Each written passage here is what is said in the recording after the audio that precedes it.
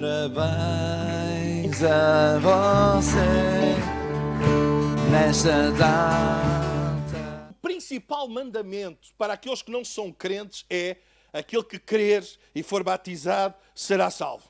Aqueles que já creram, agora o principal mandamento é: deixem-se encher.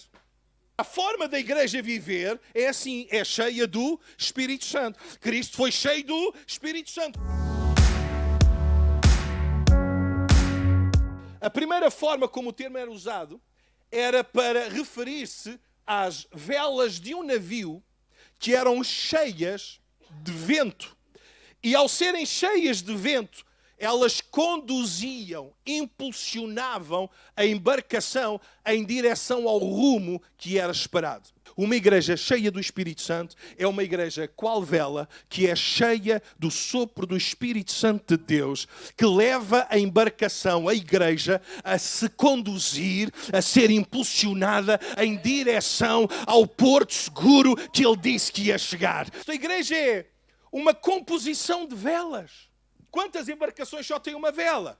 E que essa vela era o pastor Mário. E o pastor Mário tinha que sofrer todo o impulso do vento para que a embarcação andasse.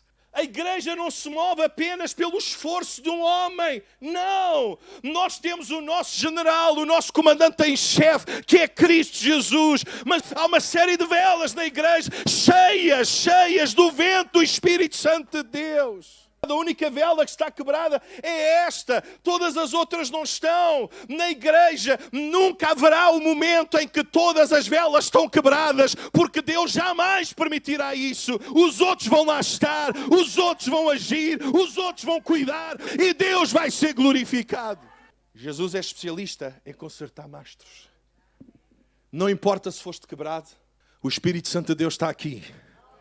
E está aqui para consertar, fazer algo novo. E aquilo que estava rasgado ou quebrado, Ele tem o poder de colocar no lugar de novo. Como embarcação, a igreja avança. A força motriz da igreja é o Espírito Santo de Deus. É a glória de Deus. É isso que faz a igreja avançar. A igreja é conquistadora demais, é triunfante demais, tem uma força gloriosa demais para que o inferno aos demónios pare a igreja. Ninguém para. Porque eu vou dar a minha vida, mas ao terceiro dia, pelo poder de Deus, a pedra rolou, Jesus ressuscitou e a igreja avança triunfante e militante pelos séculos dos séculos até que Jesus volte de novo.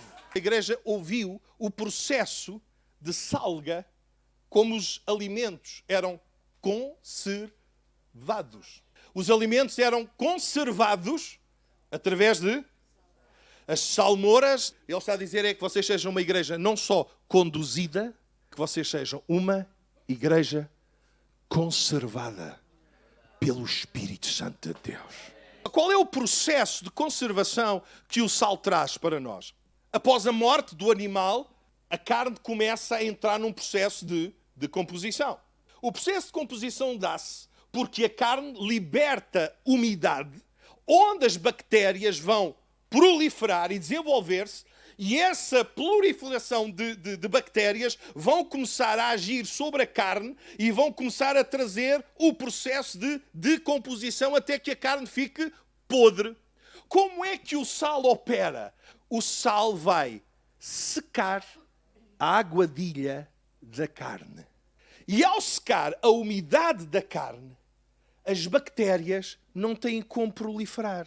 A carne fica preservada. A nossa carne deita umidade, onde há uma série de bactérias nocivas que querem entrar em decomposição, querem corromper-nos. Paulo chama isso os apetites carnais, as obras da carne. Paulo vai dizer que tudo isso é processo de decomposição. Essas obras da carne, esses apetites da carne, vão decompor a nossa vida espiritual. O Espírito Santo de Deus seca essa aguadilha da nossa carne, seca esses apetites carnais, e onde o diabo podia agir, não pode agir mais. Esses apetites carnais não desaparecem, mas que nós temos que lidar com eles. Quando temos o Espírito Santo de Deus em nós, há conflito, mas esse conflito é vencível. Olha o que o apóstolo Paulo está a dizer, a igreja, ser cheio do Espírito Santo é qual sal que impede essas bactérias de entrarem na igreja e começar a corromper a igreja. Às vezes arde, mas o que arde cura. E aquilo que o Espírito Santo de Deus está a fazer na igreja nestes dias, nesta nação, é curar feridas. As tentações não param. Nós podemos vencê-las. Primeiro, porque Deus é fiel. Segundo, porque Deus não nos deixa tentar acima do que podemos. Terceiro, porque com a tentação vem o escape. Terceiro, vocês deixem-se controlar. O termo que Paulo usou era o termo que era usado para uma luva que era cheia por uma mão. A luva não tem vida. Mas imagine que isto é uma luva cirúrgica e que através desta luva houve um tumor que foi removido. O que é que diríamos de uma luva que fez uma operação ao cérebro? Mal a operação termina, a luva vai para onde? Mas não há operação que seja feita sem. Mas o termo que o apóstolo Paulo está a usar é este. A igreja é qual luva? Que tem que ser cheia com o Espírito Santo de Deus.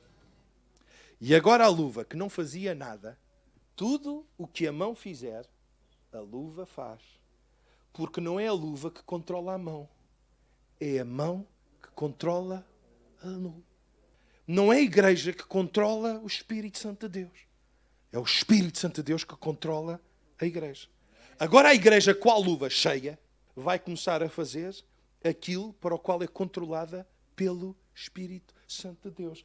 E agora agimos de acordo com aquilo que enche a nossa vida.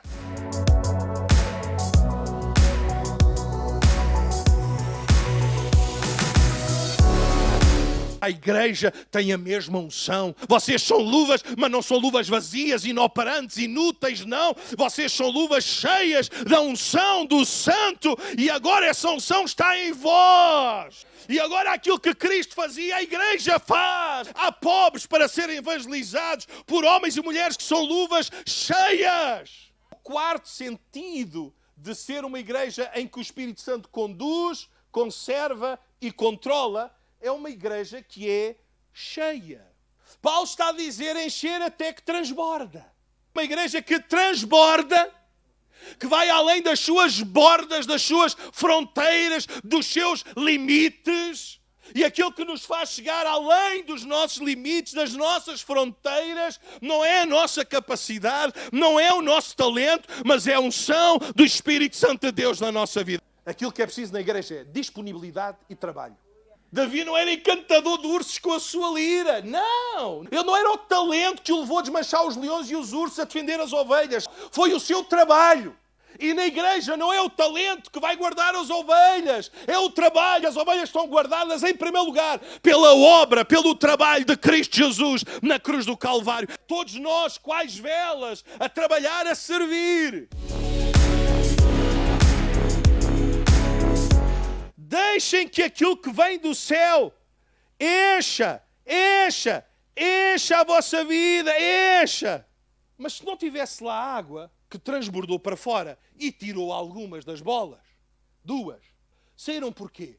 Porque a água, mas antes da água onde é que elas estavam? Estavam à superfície ou estavam lá embaixo? Se tu te deixares encher, aquilo que estava lá no fundo, aquilo que estava lá no âmago do teu ser, que era difícil lá chegar, tu não conseguias lidar. Mas agora, cheio, saiu facilmente, porque estava à superfície. Quando tu és cheio do Espírito Santo de Deus, da presença de Deus, aquilo que era grave no teu íntimo, vem à superfície e tu consegues tirar facilmente. O que está à volta, o ambiente, a atmosfera, que estava à volta do copo, que permanece cheio, ficou muito parecido com o que está dentro do copo. A igreja que é uma igreja cheia do Espírito, como a água que encheu este copo. É uma igreja que não apenas vai à borda, mas é uma igreja que transborda. transborda e quem está à sua volta é influenciado, é contagiado, é abençoado, é beneficiado. Deus enche a igreja para que a igreja transborde, para que aqueles que estão à volta sejam abençoados, tocados, salvos, curados, libertos. A igreja da Figueira da Foz sejam fontes de águas vivas, fontes de águas para que outros saciem a sua sede.